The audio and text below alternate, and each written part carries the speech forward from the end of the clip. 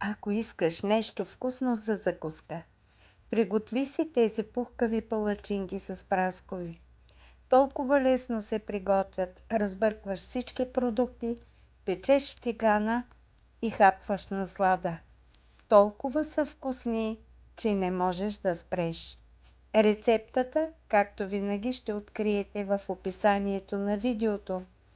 Последвайте канала ми за още вкусни рецепти. Тази е балансирана по зоната, но ако не се храните по зоната, е отново подходяща, защото е толкова вкусна.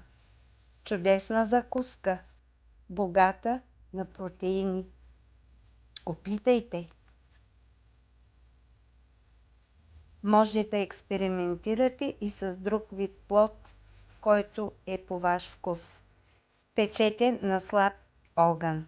Аз пекох на степен 4 от 9. Така палачинките се изпичат равномерно и не прегарят. До скоро, приятели, и не забравяйте!